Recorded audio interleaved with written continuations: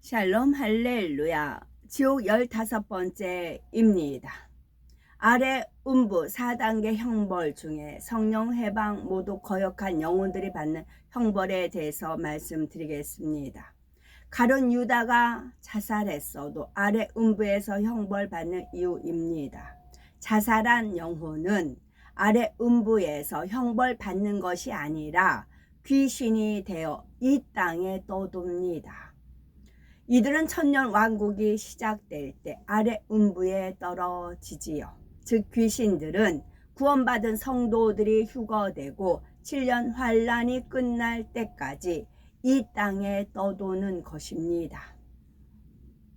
그런데 가룟 유다는 예수님을 판 죄책감을 견디다 못해서 스스로 목을 매 자살을 했는데도 왜 귀신이 되지 않고 이미 아래 음부에 떨어져서 형벌받고 있는 것일까요?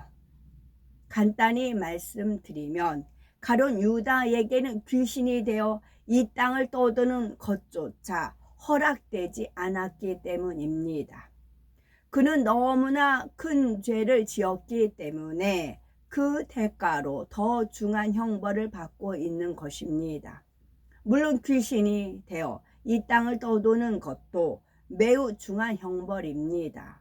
육의 몸을 벗은 영혼이 육의 공간에 머물러 있으면 그 자체로 견디기 힘든 고통을 받지요. 차라리 형벌을 받더라도 아래 음부에 있는 것이 낫다고 느낄 정도로 괴로워합니다.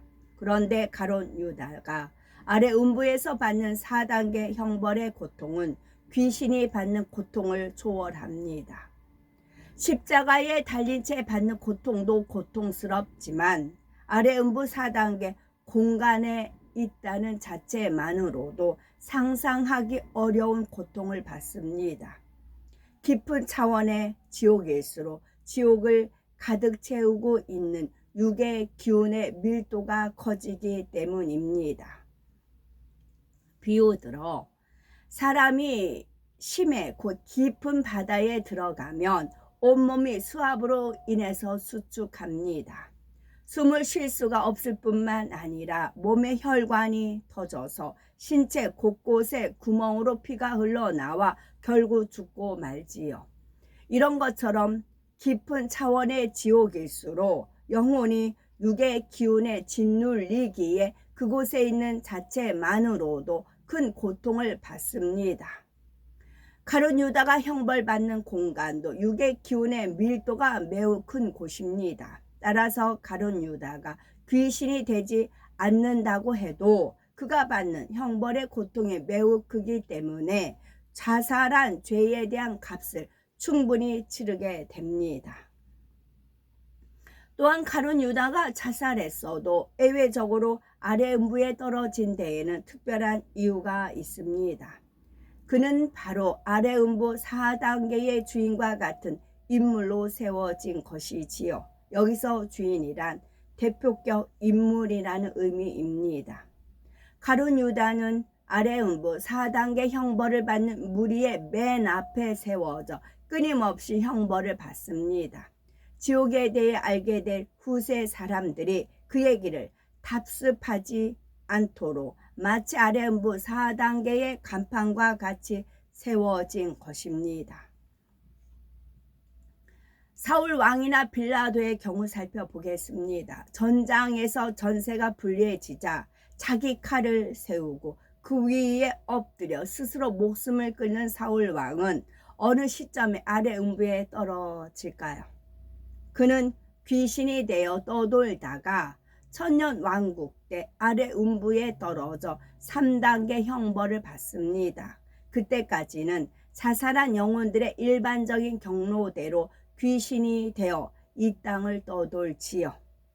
그런데 빌라도는 자살했다는 설이 전해지고는 있지만 그의 최후에 대해 정확히 알려주는 문헌이나 자료는 발견되지 않았습니다. 다만 초기 기독교 역사를 집필한 유세비우스가 교회사라는 책에 짐작하건대 빌라도는 그를 바짝 뒤쫓는 신의 징벌에 어쩔 수 없이 스스로 자신을 심판하는 참화로 떨어졌다라고 기록한 것을 토대로 자살했다고 추측해 온 것입니다. 그러나 이는 유세비우스가 처음에 밝힌 대로 짐작에 불과합니다.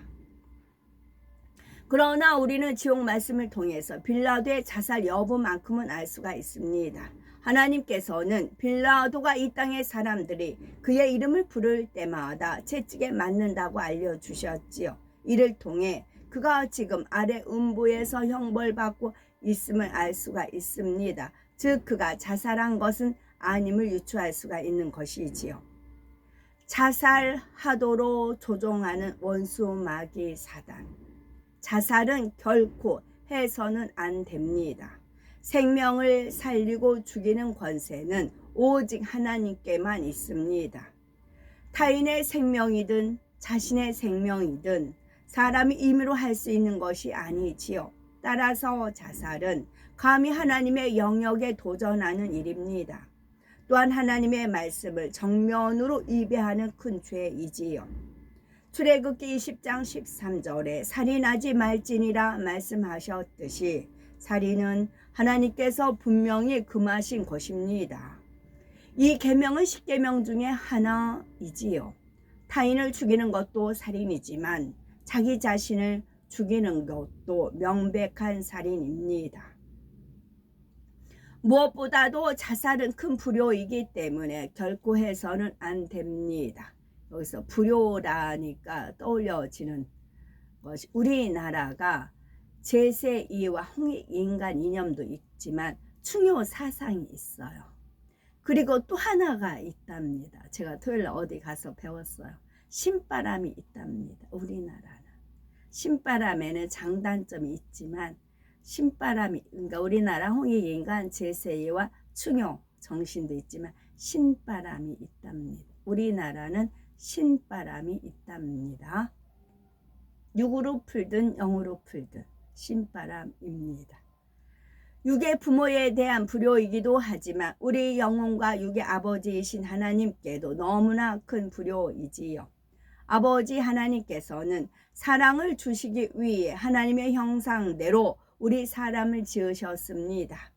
이렇게 귀한 존재로 지음받은 사람이 자기 생명을 스스로 끊는다면 아버지 하나님의 마음이 얼마나 아프시겠습니까? 또한 꼭 알아야 할 것은 사람이 자살하도록 조정하는 존재는 원수마귀 사단이라는 사실입니다. 원수마귀 사단은 어떤 일로 인해서 매우 낙담했거나 괴로워하는 사람에게 다가가 부정적이고 절망적인 생각, 우울한 생각을 불어넣지요.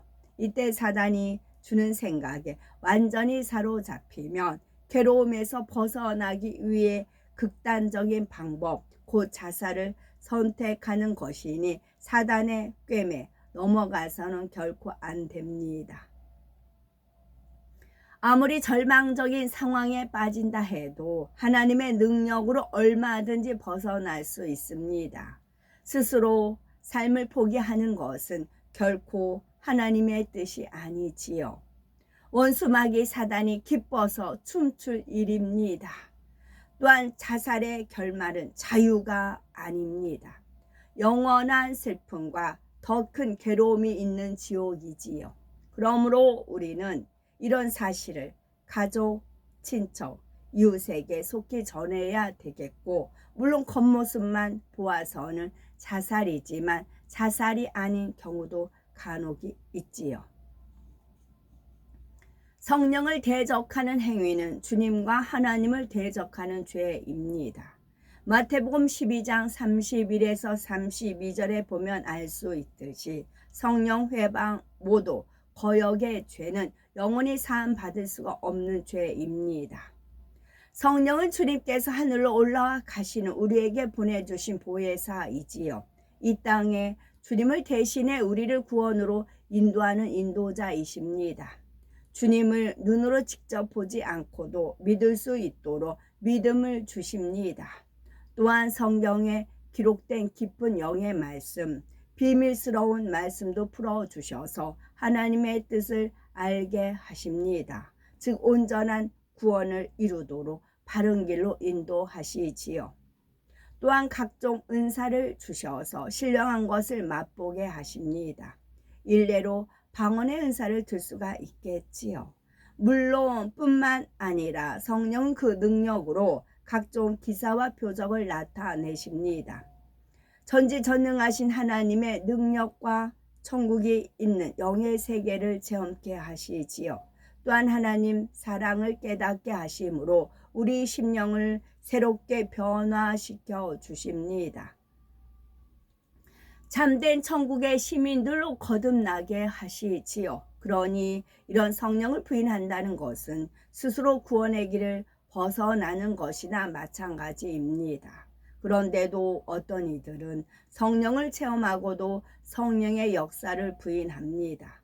성령의 권능으로 질병을 치료받아 죽음의 문턱에서 생명을 얻고도 다시 사망의 길로 가지요. 중상모략으로 교회를 회방하며 하나님을 대적하기도 합니다. 이런 성령을 대적하는 행위는 주님과 하나님을 대적하는 죄인이 용서받기 어렵습니다. 남편에게 미혹을 받아서 함께 하나님을 대적한 어떤 여인은 아래 음부에 떨어지자 참혹한 형벌을 받으며 남편을 원망하고 저주합니다. 둘 다 악하기는 마찬가지였지만 아내는 혼자 성령을 회방하며 하나님을 대적할 만한 그릇이 되지는 못했지요. 육적인 정 때문에 남편의 악행에 동조해서 함께 하나님을 대적한 것입니다. 이렇게 성령을 회방한 부부는 짝이 되어서 함께 형벌을 받습니다. 펄펄 끓는 액체가 담긴 큰 항아리에 번갈아 들어가는 것이지요. 항아리 안에는 고약한 냄새가 나는 정체불명의 더러운 액체가 담겨 있습니다. 항아리 밑에 끊임없이 불을 떼기 때문에 액체가 펄펄 끓고 있지요.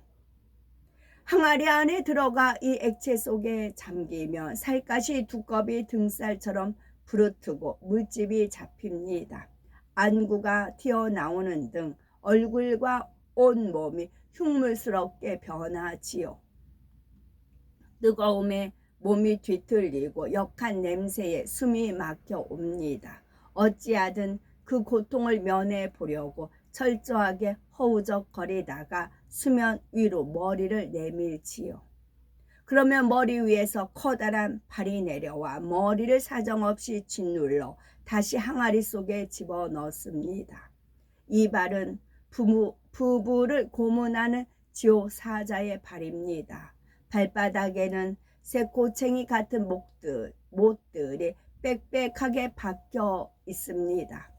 이 발에 밟혀 상처투성이가 되어 다시 항아리 속으로 곧 숨 막히는 뜨거움과 악취 속으로 밀려 들어갑니다. 그러나 잠시 후면 고통을 견디지 못해 다시 수면 밖으로 나오고 그러면 발에 밟혀서 다시 물속으로 밀려 들어가기를 끝도 없이 반복하지요. 그런데 이 형벌은 한 번에 한 사람씩만 당하기 때문에 남편이 항아리에 들어가면 아내는 밖에서 이 참상을 봅니다. 아내가 형벌을 당하면 반대로 남편이 아내를 지켜보지요. 처음에는 상대가 형벌받는 모습을 보고 심히 마음 아파하며 꺼내달라고 애원하지만 시간이 지나면서 애원이 사라집니다. 상대가 오래 고통받을수록 자기가 고통받는 시간이 줄어든다는 사실을 깨달았기 때문이지요. 이후 부부는 상대가 항아리 속에서 허우적대며 온몸이 터지도록 고통받는 모습을 보면서도 저를 그대로 두라고 아우성칩니다. 항아리 안에서 고통받는 사람은 이런 배우자의 모습을 지켜보면서 상대에 대한 증오를 키우지요. 아내는 그래도 남편을 사랑했기에 생명의 주를 배신하기까지 남편과 함께 했을 것입니다. 그런데 이런 육적인 사랑의 결과는 함께 지옥에 떨어져 세세토록 형벌받는 것입니다. 아내가 남편을 원망하면 남편은 오히려 아내보다 더 큰 소리로 욕합니다. 자기 악행에 동조한 아내를 원망하고 저주를 퍼붓지요. 이 땅에서 부부의 연을 맺었을 때는 서로를 사랑한다고 했습니다. 그런데 자기의 고통이 극심하니 이제는 나 대신 상대가 고통받기를 원하지요. 이 추악한 모습이 바로 썩어질 육의 실상이요 지옥의 실상입니다. 이렇게 서로가 부부였던 사실을 저주하며 상대방을 항아리 속에 더 오래 두라고 간청할 때 지옥 사자들은 매우 기뻐하며 마치 재미있는 영화를 보는 것처럼 흥미진진하게 지켜봅니다. 그러고는 흥을 더 돋우려고 항아리 아래 불을 더 뜨겁게 지피지요. 몸 밖으로 머리를 내밀며 이전보다 더 세게 머리를 밟아버립니다. 항아리 속의 액체가 더 뜨거워서 부글부글 끓어오를수록 부부는 입으로 더 독한 저주를 쏟아내고 지옥 사자들의 웃음소리는 더욱 커집니다. 아래 음부에서 형벌받는 영혼들이 악을 바라면 지옥 사자들은 그 모습을 보며 즐거워합니다.